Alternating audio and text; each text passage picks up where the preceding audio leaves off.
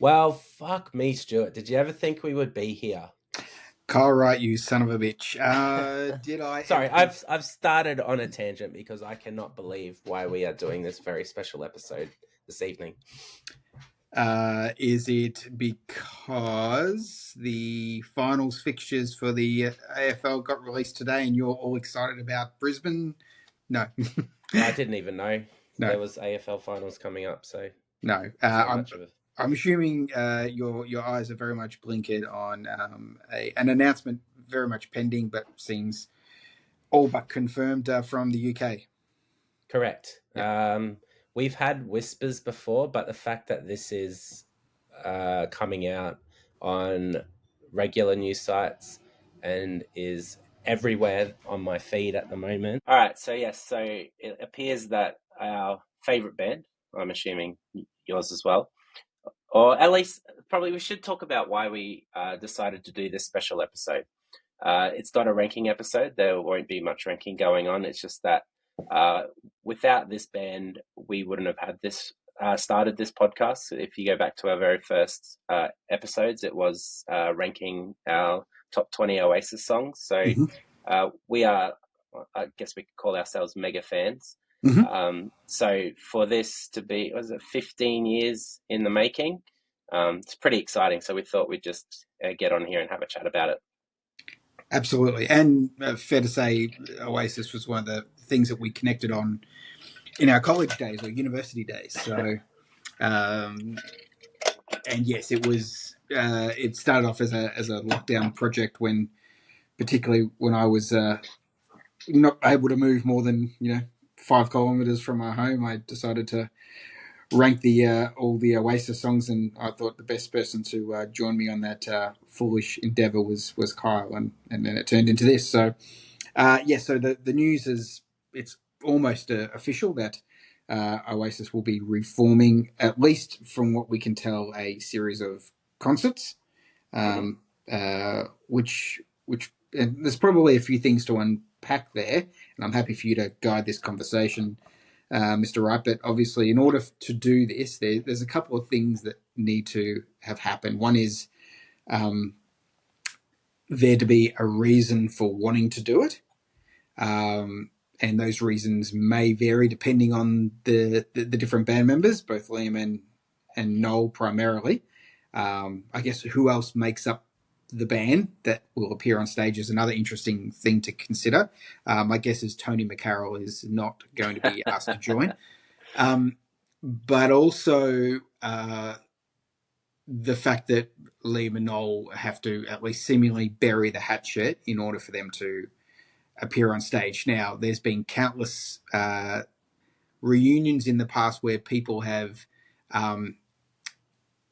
decided to, for the sake of being on stage together for 90 minutes to 2 hours a night for a limited period of time, are happy to just stand each other enough to do that. And whilst I don't think we want to go too much into the familial or brotherly psychotherapy that goes on between those two, they may have at least gotten to that understanding of being, well, we can be on stage. We don't have to share the same dressing rooms. And maybe that's me being the cynic and you being potentially the idealist and all this. But how do you see how this has all been brought together? Oh, look, there's a few trains of thought out there. The most interesting one I find is that this has all been some sort of long play, like in the sequel to Dumb and Dumber, where Jim Carrey's character's in the mental asylum and has Jeff Daniels' character look after him, and then gets to a point and goes, "Gotcha." So there's a school of thought out there. Can I just stop you there? We're talking about Oasis, and you're referencing the sequel to Dumb and Dumber that no one watched, not even Jeff Daniels or Jim Carrey. But please continue. Hey, look, some could refer to Liam and Noel as Dumb and Dumber, but so there's a slight link there. Okay. So that there's this train of thought that this is just an elaborate hoax to draw in the money. The brothers actually get on really well, talk a lot, visit each other secretly, and that they've just been waiting for the right time, the right offer to come along. And if you if you sprinkle the tea leaves and do what you need to do, there Yep. are reports at the moment that this deal could be as close to £400 million Hmm. for these shows, or the profit that they are intending to make. Yep. So that's one school of thought about, Yep. that's very far fetched, and I don't think it's true. Uh, the one I like is that, so Noel recently divorced from his long term wife or something like that. And she's taken him for a whole chunk of money. And he's looking to get that money back. And as much as Noel Gallagher's high flying birds might be successful, you're probably looking at 10, 20, even more percent return if you bury the hatchet with your brother. Yeah. Look, that's fair to say. It's interesting. Uh, Regardless of what sort of level of success Liam and Noel have had post Oasis, it's fairly clear that um, rock music that you and I loved Mm-hmm. is is no longer a commercial viable entity unless you are at a unique sort of level, and unique level is being Oasis Mm-hmm. uh, and being on stage together with whoever else makes up Oasis, and we will get to that at some point. And charging the right amount of money to in order to do that, because there is no other game in town from a rock perspective anymore, except for and I hate to say it, but it's nostalgia is the only thing that will get bums on seats from a rock music perspective these days. And there are dozens of rock bands I will see at the drop of a hat, but I also am aware that the time in the sun for rock music is gone unless it is some sort of legacy situation, or or a reunion of sorts, and that is at the level of Stones or Foo Fighters or U2, and that's in terms of groups that can sell out big stadiums. That's pretty much it. And I think we've talked about this in other forms, in other episodes, but in terms of so that what I would like is is there a reason other than finances? And if there isn't, well, I, it's unfortunate, but it is probably the case that it's money that talks in the end. So yeah, possibly. Is it Sarah who he was married to? I want to I say can't quite. Meg. Was it Meg? Meg, maybe. Anyway, Yeah. they've been married several times, both of Yeah. them. Um, Apparently, there was a massive falling out between her and Liam. And so I think while her and Noel were together, there was Buckley's of Oasis ever getting back together again. Right. So I don't want to use the Yoko Ono effect here as the reason why Oasis didn't get back together. It may be a contributing factor. I don't Yep. want to say it is the main factor. I Yep. think I was listening to what you were saying there before, and the thing that kept popping up in my mind, I think, like Noel's nudging 60, Mm-hmm. Liam's mid 50s. They're not getting any younger. Yep. Their fan base will be around our age, within Mm-hmm. maybe a 10 to the older and maybe 5 to the younger sort of age bracket. Yep. So we're looking at people in their mid 50s to their mid to late 30s, probably at the youngest, who are like the super fans. Yep. So they're they're settled now. They've got the money that they can attend, and from what I've been reading on Reddit, there's going to be people traveling from all over the world. Um, they've probably got older children who have grown up listening to Oasis, and Mm-hmm. that brings in another fan base as well. So that's an extra ticket that you're selling. And I think if they left it 5-10 years, Noel's hitting 65, almost 70, it's probably too late. Yep. So Yep. it kind of had to be now or never.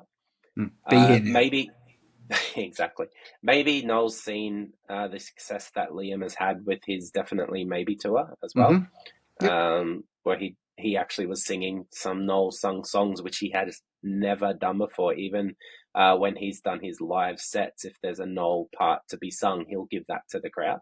Yep. And I think "Sad Song" was the one that has been on socials recently. Yes. So maybe he's going, well, I've been touring with my Flying Birds and singing my songs, and all of a Yep. sudden Liam's going to start singing them. So Yep. why don't we just get the band back together? I Yep. think I think mostly it would have been a cooling off from Noel, because Yep. I think if Noel had picked up the phone and said, "Let's get the band back together," I think Liam would have dropped everything immediately and done it. That's the impression I get anyway. I think I think Liam's done some maturing as well post Oasis, particularly probably post BDI stuff as well, Yep. which I think has, because I don't think Noel would return if he thought that Liam was going to be as volatile as he used to be. And the fact that, he could even be saying to Liam, look, this is the one chance to get us back together. If you're going to, fuck it up, that's it. There's no Yeah. more chances of Oasis ever being back together again. And I think I think Liam's also more settled in his life. His kids are older. I think he's just recently married as well. So he Yep. seems in a better place personally, which Yep. I think is why probably all of this. And again, we're assuming that all these things on social media, from Oasis's social media, Liam's social media, Noel's social media, that it's a reunion. There's strong whispers, but for all we know, it could be a re-release of some deep tracks. But I don't think I think there's too much behind it already for it not to be a reunion. Yeah. No, I agree. It just depends to what extent that reunion is, and I Yes. guess we'll cover that in a second. The only comparison I can think of, so in impossible reunions aside due to major band members' deaths, so Zeppelin, Beatles, the only other band that is in comparison, Can I guess? you'll know it. Yes, Oh, okay. Is it the go ahead. police? No, no, not the police. And the police have also they did reunite for a series of gigs. I think maybe about 10 years ago. They Um, did a world tour. they did. The no, I was going to say the Smiths. So a Oh, band okay.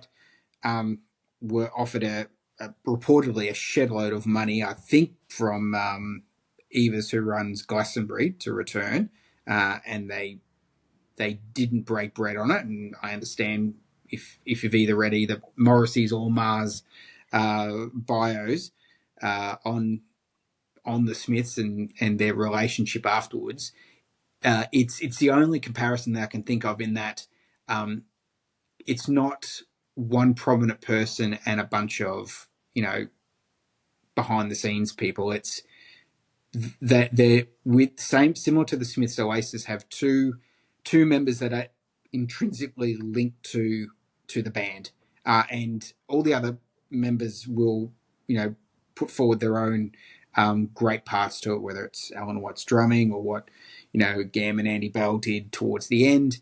But Oasis is not Oasis without Liam Mm. and Noel together, and similarly with the Smiths, it's Morrissey and Ma have to be a part of it.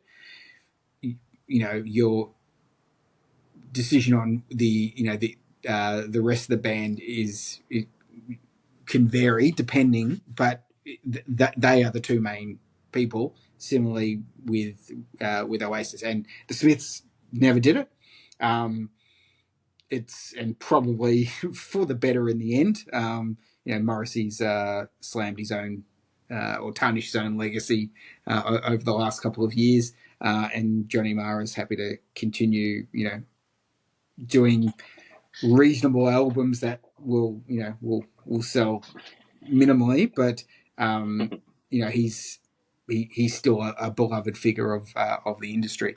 But I think uh, at this age, I think you're right with the right time to do it before they get too old, and it doesn't hit as strongly as what it would. So no, I think you're right. But like I said, the more interesting question is this just a series of concerts? is it an ongoing concern? And if it is an ongoing concern, well, then that may mean new material. And also, then what does that mean for who the other people are that are involved in it? What are your thoughts? I think the timing also coincides with probably, you could argue, their best album, but I definitely would say their biggest album, or at least the album that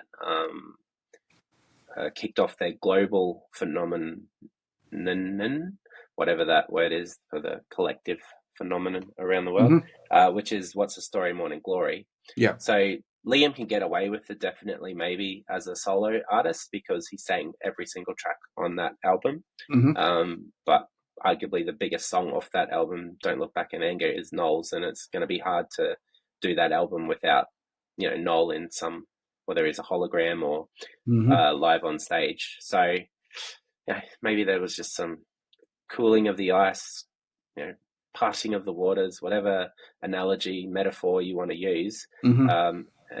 And maybe just Noel, I don't know, after 15 years of doing his solo stuff, he got to a place where he's like, maybe I just want to go back and feel the way I used to. Like, Yep. I think in the beginning of his solo stuff, like, he was probably getting big crowds living off the Oasis name, but 15 years later, those crowds probably aren't as big. He's probably not playing in those bigger venues.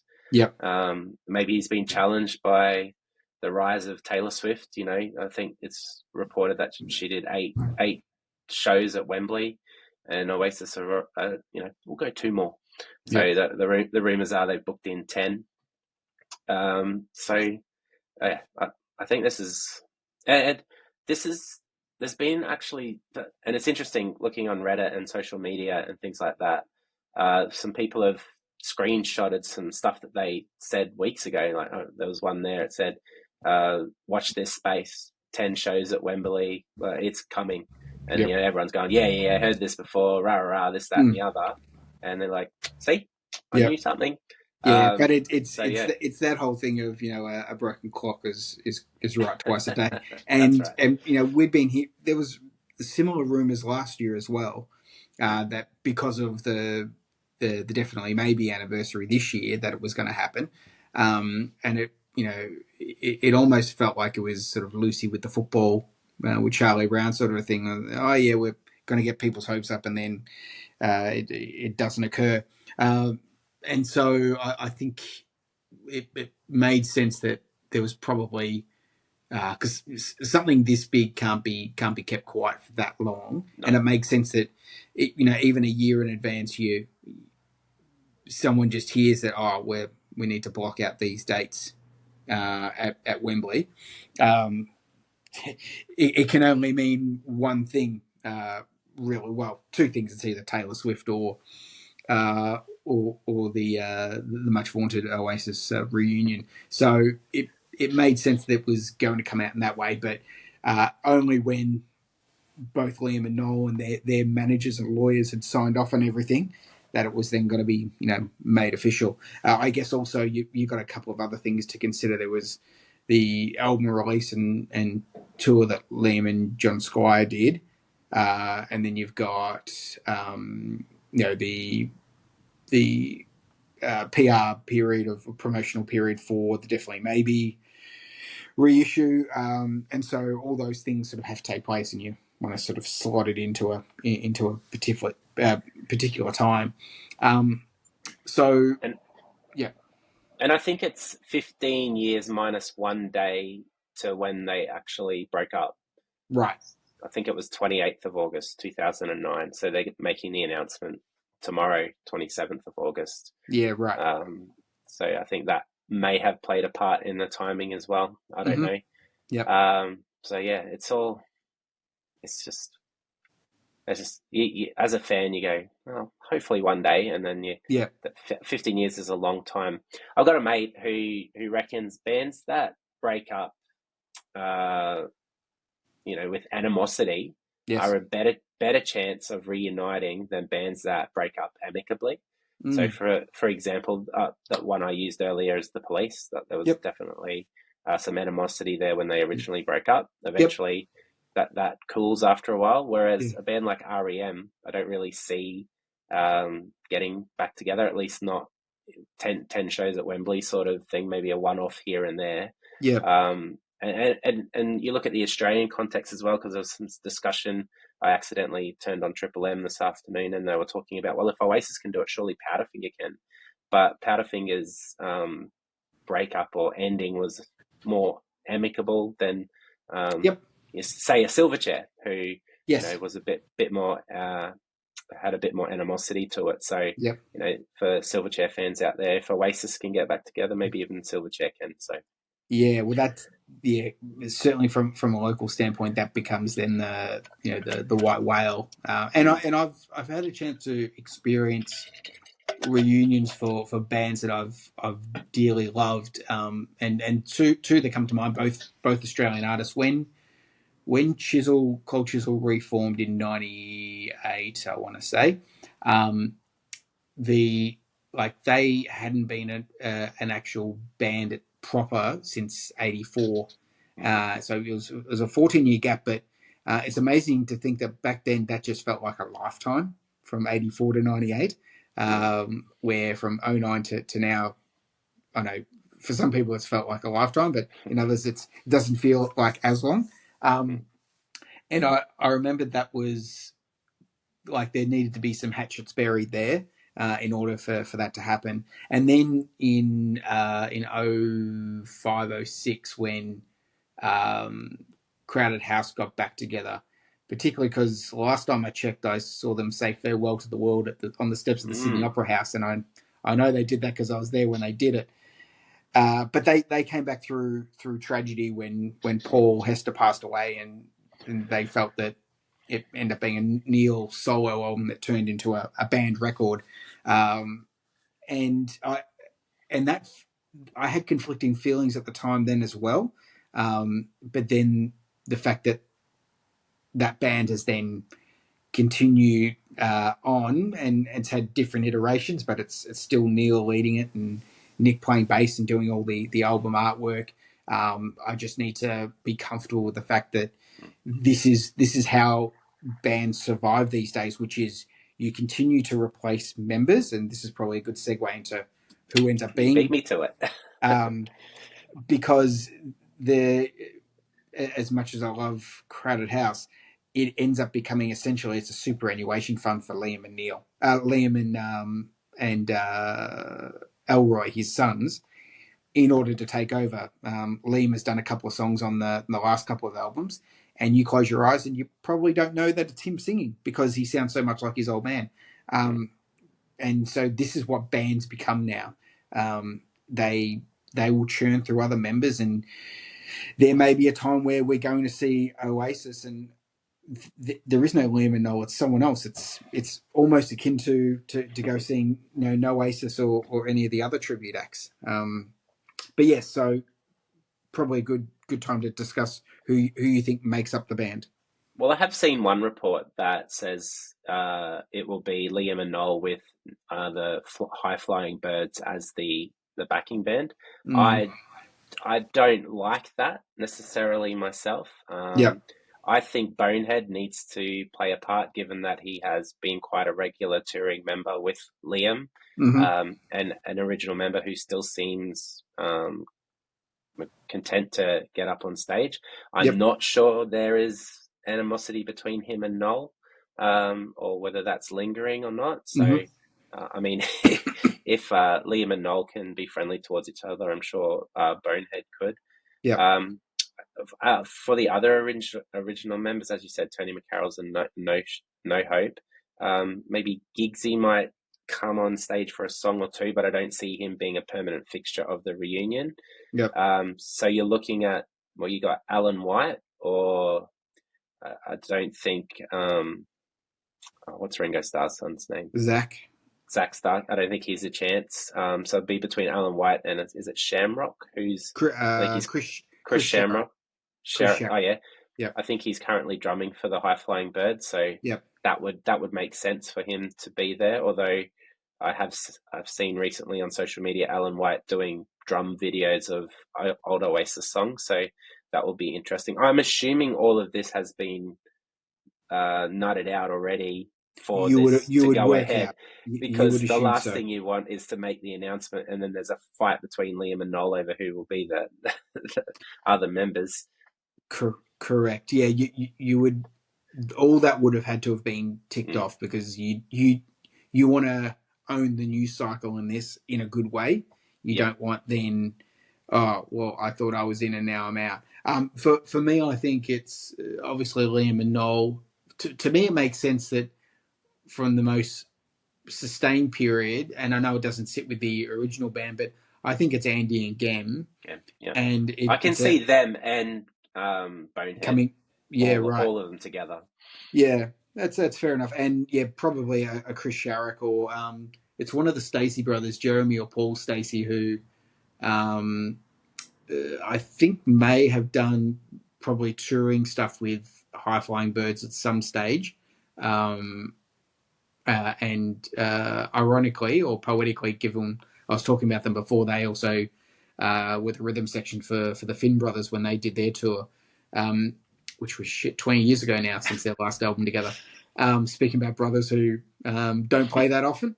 Um, yeah, so whoever the drummer is out of the Stacey brothers, potentially. But I think Chris Sharrock makes sense. But if it is a case of and so for me comes back to what is this? Is this a reunion or is this reunion A and new reformation. material and touring? Because if it's just set of 10 concerts at Wembley and potentially 10 at in Manchester. Manchester and Glastonbury as has been touted, we'll find out more. Then yeah, absolutely, you go Bonehead, Gwigsy if he's up for it, Alan White, and just have the classic "What's the Story" lineup. But if this is an ongoing concern, well, um, Andy and Gem is what is going to get you the additional songwriting duties, along with Yep. Liam and Noel on a potential new album. Couldn't agree more. Yeah, Yeah. is it a reunion or a reformation? So if it's a reformation, you'd have to think Andy and Gem are, you know, the id line. I'm assuming that they'd want to be part of it. Yes. Um, but given that, I just think given that Bonehead's been quite regular touring with Liam, Mm-hmm. I think he plays some part, whether it's a full member of the band in the reunited band, or whether it's guest appearances, or particularly if they're going to do a What's the Story Morning Glory tour, Mm. and he's available, why not use him? Yep. Yeah. Yeah. Yeah, Absolutely. but So yeah. but I think you make an awesome point there that if it isn't ongoing, so we're going to get this What's the Story tour out of the way. Following that will be new material. Then I Mm. think maybe Bonehead doesn't play as significant role unless he's being brought back into the fold to replace one of the other two.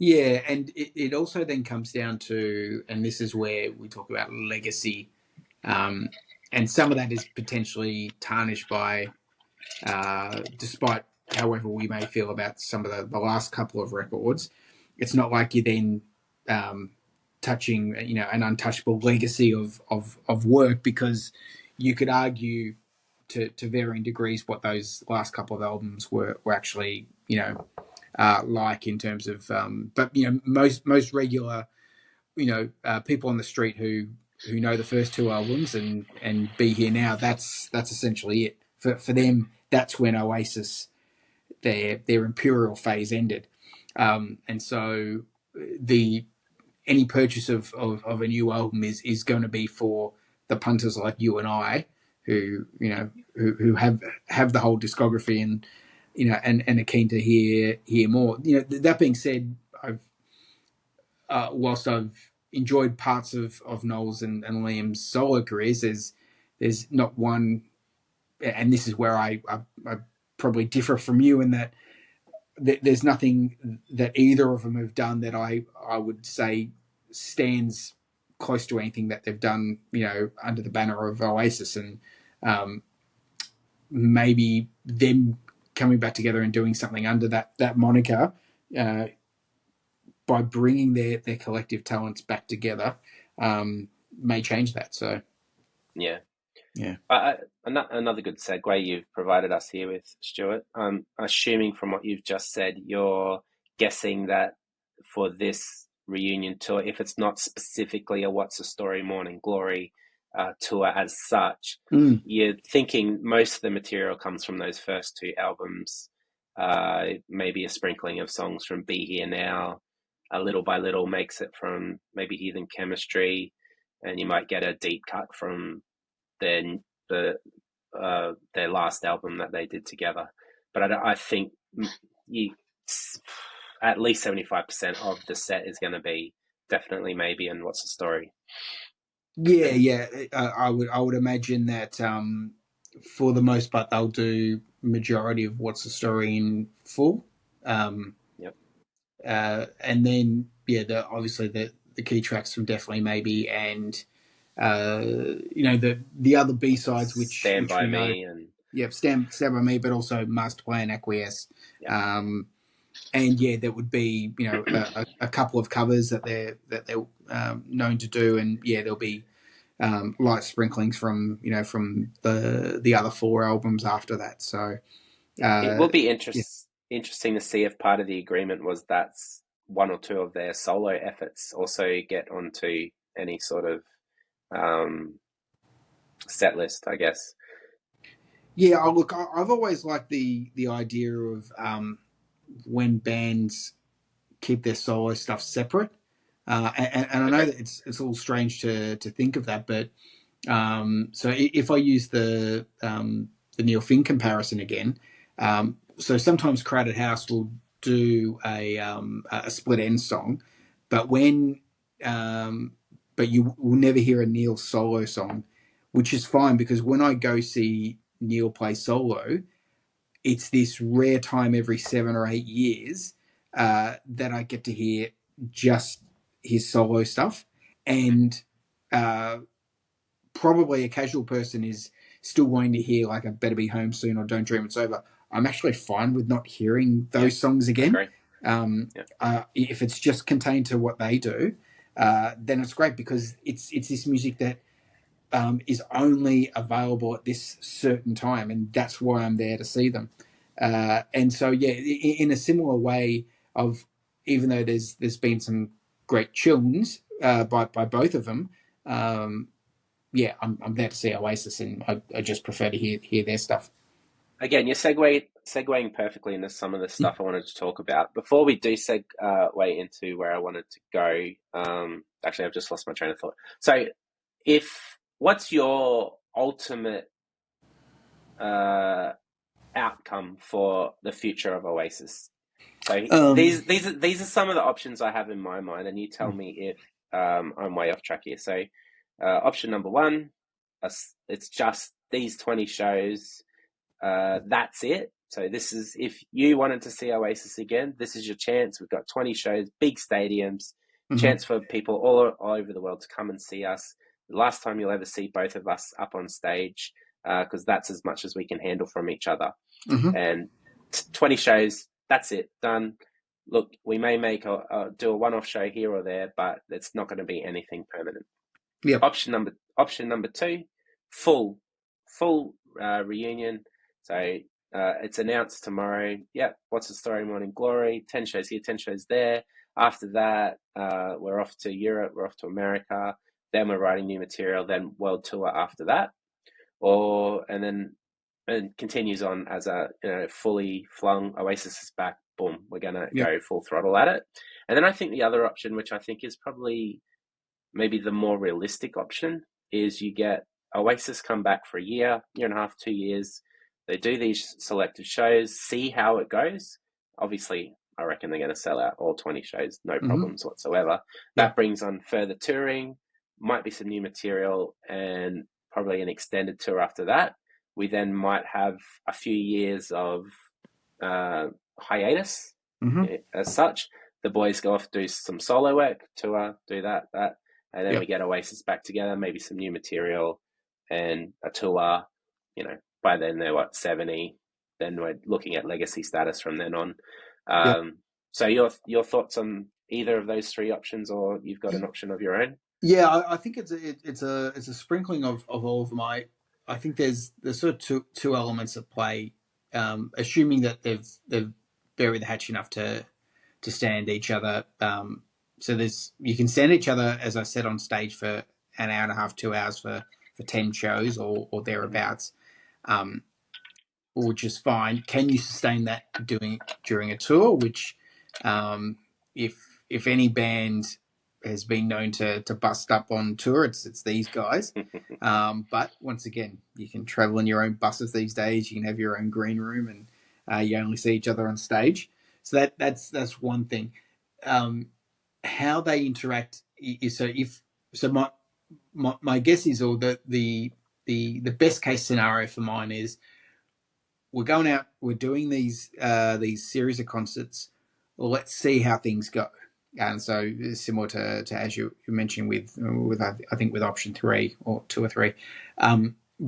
But once you get into the studio, that's also a different beast entirely. It's a studio that was dominated by Noel for the first 2 records. You could argue probably three, first three, and then things changed, and so Noel has to be comfortable with the fact that Liam is a much better lyricist now, and that was evident in the last couple of Oasis records as well.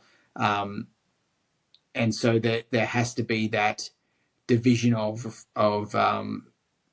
ownership and responsibility and open to those different ideas. If that doesn't happen, then you don't get a new record. No.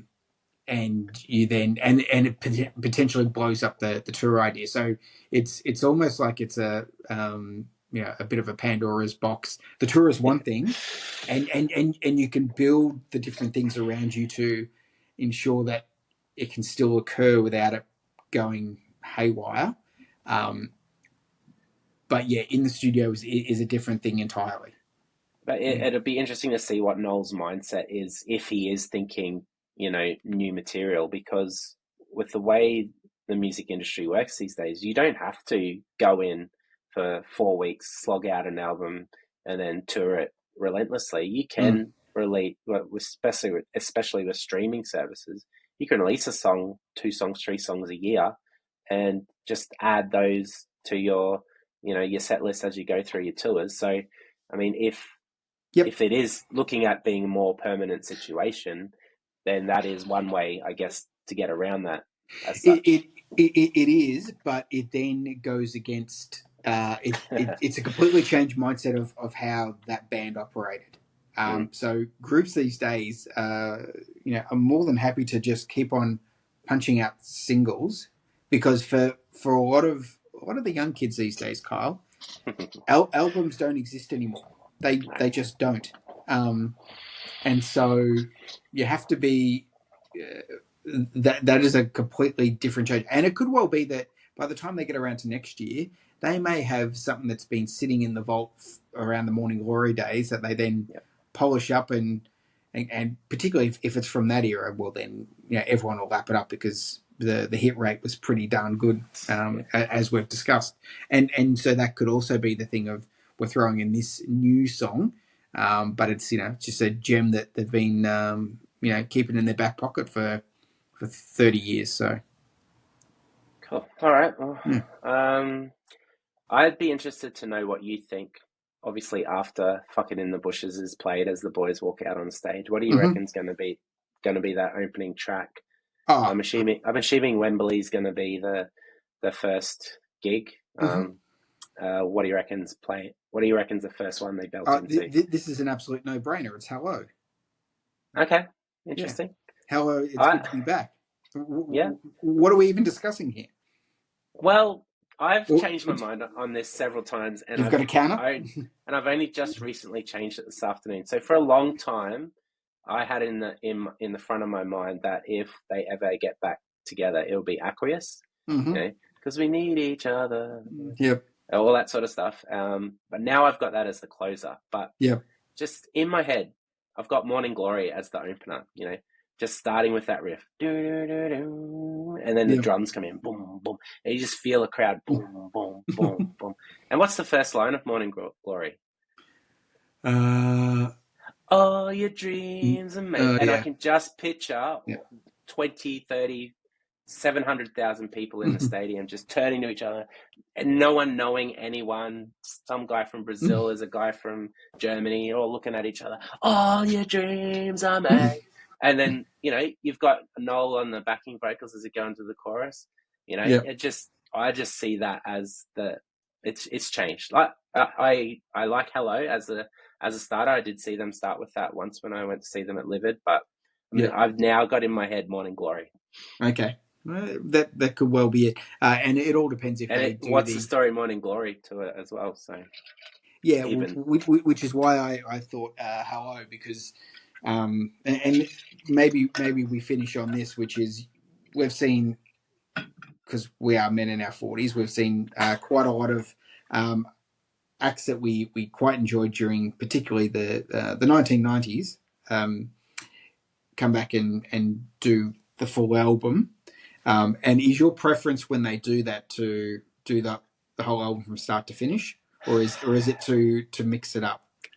that's a great question. I have seen it done. First time I ever saw it done was Weezer, and the first half of their gig was greatest hits, Yep. and then they sort of had a mini intermission as such, and it was really cool how they did it. They had like these slides of pictures from the time when they were writing and recording and make the Blue album, Yep. and then they just went song one to the final track, just belted out the whole album, and I thought that was fantastic. I've also seen Everclear. I saw them do. I think it's So Much for the Afterglow album, Okay. Yep. and they started the set with like the first four songs, and Yep. then they went into sort of like a greatest hits sort of thing, and then they finished the album and then finished with an encore of some more greatest hits. So I've seen it done in that format as well. Yep. And then I saw the Kooks recently where they did Inside Out, Outside In, I think that album's called. They didn't Yep. even do every song off the album. They did like selected songs from that album, and apart from the opening track, they were all in different order, interspersed with their other songs. So Yep. I've seen it done in all those ways. Mm-hmm. And then actually one other one I've seen is when Offspring did Smash at Good Things, and they played all the songs except I think it was Self Esteem. And then a guitarist comes out. I think I mentioned this on an earlier podcast. He comes out and goes, "I think we forgot one," and then they Yeah. belt into Self Esteem. So I've seen it done in several different ways. Yep. Uh, Originally, I was you got to play it from track one to the final track, Mm-hmm. but I think I've suggested starting with Morning Glory, which is obviously the second to last track Yep. on the album. So if you did it would be a mix, and it just depends on what the tour is. So Yep. is it going to be a What's the Story Morning Glory 30th anniversary tour, or Mm. is it just a reunion? And if it's just a reunion, I think you could mix it up and have most of What's the Story. But I think if you're actually going to play it as a What's the Story, you might have to do it from Go to Woe. Yeah, which means they'd have to do She's Electric, which I can't see them doing, to be honest. Yeah, no, it is interesting. There's one school of thought that doing it from start to finish is great, and I agree with it, but it does certainly takes out the element of surprise. But then again, if you're at a gig listening to that's promoting it, playing an album in its entirety, you're not spoiling anything because you know what's to come anyway. So it's not like anyone who comes out of that gig goes, "Oh, it's a little boring. They did everything." It's like, well, that's the whole point of it, And I think when you've been yeah. starved of them for 15 years, you'll take what you get. Yep. Yeah, absolutely. My favorite one of these was when you and I did Hi-Fi Way and Hourly Daily. They did both albums back to back in the one night. And I think they may have done Hourly Daily first, then Hi-Fi Way. So the third album, then the second. But either way, it was. In fact, yeah, that's how it was done because there's the secret track at the end of Hourly Daily, which I think they came off stage then came back and did that as the start of the encore, and then they did a couple of other hits like Berlin Chair and that. So Yeah. yeah, my hope is that they do start to finish, but yeah, you then have to commit to the bit and do Mm. She's Electric, and maybe even slide in Bonehead's Bank Holiday as the bonus track Yeah. that just before Cast No Shadow. Yeah. I don't think anyone will be disappointed in whatever choice they make. Yep. All right. So I guess one other thing I kind of wanted to discuss with you before we wrap it up was, who do you think the support acts will be? Yeah. Okay. So I think this is where I think they absolutely lean into nostalgia, Hmm. and Are they you choose thinking Stone Roses? the Roses. Blur? Well, Stone Roses. in with bearing hatchets, it'd be great to have Blur open for them. Sure. Okay. I can tell you acts that will not support Oasis. Blur is one of them. I think the Roses don't open for Oasis either. Um, but I do think it'll be acts of that era. Hmm. And I say that because uh, if you think of the likely demographic for the main uh, it's going to be bands of that era, but they will be the second or third tier bands that So they you're thinking like an Ash or Cast or something like that, or yeah. is Look, or is that D grade? no.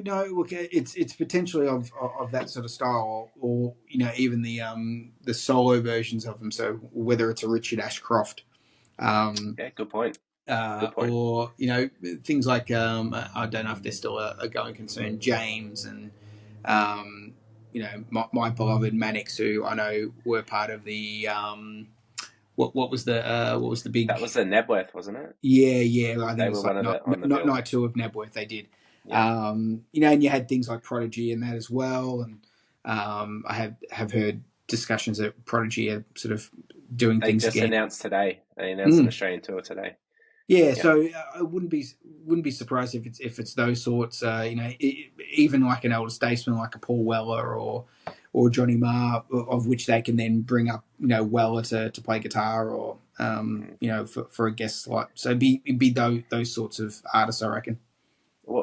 What do you think about perhaps artists that have been influenced by Oasis? So we're looking at the Killers Hmm. and perhaps a Jet, um, or something like that. Do you think Killers would be too big of a name to have on that bill? Yeah, potentially, because it's in the end it's all about ego, and Yeah, so Killers are still a group that, whilst they're not at the Foo Fighters sort of U2 on the level, well, yeah, but they all they need to do is start the opening riff to Mr. Brightside, and yeah, true, true. they've got the crowd won over. So Killers is probably potentially a step too far, but you never know. It's all about it'll be the summer of brotherly love. So maybe even the Uh, Black Crows. Um, yeah, that's a Yeah, good call. former touring bandmates. Only reason I bring up the Killers is because if you're looking at like people of our age or a little bit older bringing Yep. their teenage children to Mm, you bring the Killers, you've got and you're paying £140 or whatever it is for a ticket. yep. You got good value. Not that seeing Oasis by themselves isn't great Yeah. value anyway. It's ultimately coming down to particularly with contemporaries, coming down to a group of bands that either of them have not slagged off in the press, Yeah. which it's there's few and far between. All right. Well, I didn't think we'd ever get to doing an episode like this, but I'm so happy that we are. Mm. Let's And just hope it is a reunion and not some sort of re-release or something like that. yeah, Um, I did. I don't know if you can see it, but I've brought yes. out the shirt for today. Any final thoughts you'd like to mention there, Stuart? I was going to wear that. We've got some unseasonably warm weather just before spring has kicked in here, Yeah, and right. I was going to wear my parka that I bought a couple of months ago, which I think I sent you a photo of. Did I? Of me wearing it, I'm not where sure. it's got some very Liam vibes in it. The problem is I'm not tall. Yes, Tall. yes, you Yeah, did. yeah, That's right. yeah. I'm not tall enough to pull it off, or have the swagger. But yeah, if probably too warm to wear in summer as well over there. But yes, no, all very exciting news. Whatever comes of it, I think it'll at least be enough fodder for you and I to discuss, along with many millions of other Oasis fans around the world. So when was it for you that you sort of go, okay, this isn't the normal, all right, Oasis are getting back together, Rumor, vibe? yeah, 10 hours ago, when Yep. when both Noel and Liam pretty much had the same sort of social media thing, and there was the bit that Liam said about I don't like the word form or something like that. Mm. Um, yeah, so that's it was only sort of solidified this morning for me. For me, it was when I saw it on Noel Gallagher's Twitter Yeah, on my so feed. I was yeah, like, okay, this is the exact same as what Liam has and what Oasis have on theirs. So, yeah, okay. So for me, and then even still, I wasn't willing to go. I still had, and then as more and more things came through. So, yeah. yeah. The Were you like, did you check your bank account as soon as you had that feeling? Go, okay, how am I going to afford this trip to the UK? No, I didn't. And look, I still haven't. I know you're certainly more committed to going over that than I am. Um, I'll just play it by ear. The fact that I've I've seen them before, and I know it's all different. It's in the UK. It's Mm-hmm. but I'll just reserve judgment on whether I then fork out for certain things. But it is it if I can leave you with this, the one social media twist that I think is going to occur is that dipshit from the 1975, Matt Healy, is Mm-hmm. he's going to be the one that is going to come out and claim that, well, it things weren't going to happen until I made that statement last year that I think they should get back together, and really you should be thanking me for it. To which I hope both Liam and Noel tell him to go get fucked. Yeah. I think it may end up becoming too expensive, but I'll be trying my hardest. Let's just say that. And I reckon you need to get to the first gig because it could just as be likely that the gig's great and then they get off stage and there's a fight and it's Yep. it's all over. Although I think if it's got this far, that there would be contracts in place, and breaking those contracts would be far more expensive for either of them than if they didn't continue. Yeah, and I think and this is why uh, they're likely to sell out all 10 gigs if it's just the 10, but I don't think they would extend it any further for a couple of reasons. You can't basically start living in Wembley for too long. There's other things that need to be played there, but also it's the not committing too much to it. Yep, So if you too think early. about the ridiculous amount of gigs that Michael Jackson said he was going to play at the O2 Arena or whatever it was, um, and you knew months in advance that he was never going to play all of them, and as it turns out, he didn't play a single one because he ended up Mm. being dead months before it even happened. Um, that's obviously not going to happen to Noel and Liam, but their volatility can, it can be something completely stupid that would derail it. Completely stupid for the eyes of anyone else who isn't Liam Gallagher or Noel Gallagher or any fan of Oasis, because we're just looking to go, well, that was bound to happen. Yeah. So yeah, I think that's why keeping it to a limited amount of appearances together is what makes the most sense to begin with, and then see how it goes from there. Stuart, you need to be careful. We have a history of just thinking about doing an episode and someone related to that episode dies. So to actually mention it like in that sort of manner on in a podcast is dangerous. But anyway. So should I be naming other people that? Well, I did mention Matt Healy from the 1975, and whilst I'm as to bring up Michael Jackson again, I'm a lover, not a fighter, Kyle. Um, and I wouldn't want anything to happen to Matt Healy. Um, because if so, then we've got 6 more Taylor Swift records coming our way. Uh, if anyone has to be the fall guy, it's going to be him. Yeah, and I think the underlying thing of all this is, yes, it's great to have the band back together, but I just hope it's more than that, and it's the brothers reconciling and enjoying each other's company again, Mm, because that's all we can hope they've for. yeah, and they've been through a lot, and I Mm, think they were really close at one point, particularly at the start of the band, and as things do happen with brothers in bands that can uh, fade over time. Fingers crossed. absolutely. Yep. All right. Any final words, Stuart? No. Obviously, we need to keep them separated. Sorry, I stole that line from you. That's No, all right. look, I won't look back in anger. very good. No, it was always good to, because I felt like it's just you and I chatting. We could have had a couple of pints and talk about the old times, but we we talked about one thing for 50 odd minutes, and that was kind of cool. So Yeah. yeah, all good. Yep. And before we go, please like, subscribe, all that sort of mumbo jumbo. And we our next episode we'll be back onto the ranking where we're in discussions to have an Olympic themed one now that the able body Olympics is out the way. Paralympics I think starts on the weekend, Yep. and we're actually doing we've discussed doing a little bit of a different ranking, sort of like a draft board. And once someone has taken that from the board, the other person can't use it as part of their ranking. So I'm pretty excited about that. Yeah, we'll give that a shot. See how Yeah. it rolls. Mm. So we'll be doing choosing from the 18 gold medals, and both of us choosing our top five. Yep. And of course, as I just mentioned, once one takes it, the other one then can't use it in their top five. So it'll be interesting to see what we go with and which 8 are left out. Indeed. All good, mate. All right. Well, Best of luck for when the announcement finally comes out. yes. I'll be thinking of you.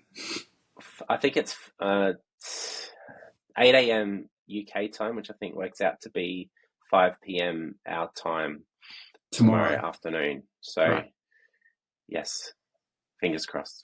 Indeed. Looking forward to it. Absolutely. All All right. right, mate. Yeah, once this gets out there, love to hear your comments on what you think will happen. We've provided some scenarios there. If you've got a different idea, please let us know. But yeah, other than that, we hope you've enjoyed our, little discussion over something that we're both very passionate about. Indeed. Thanks, All Carl. right. Thanks, Stuart.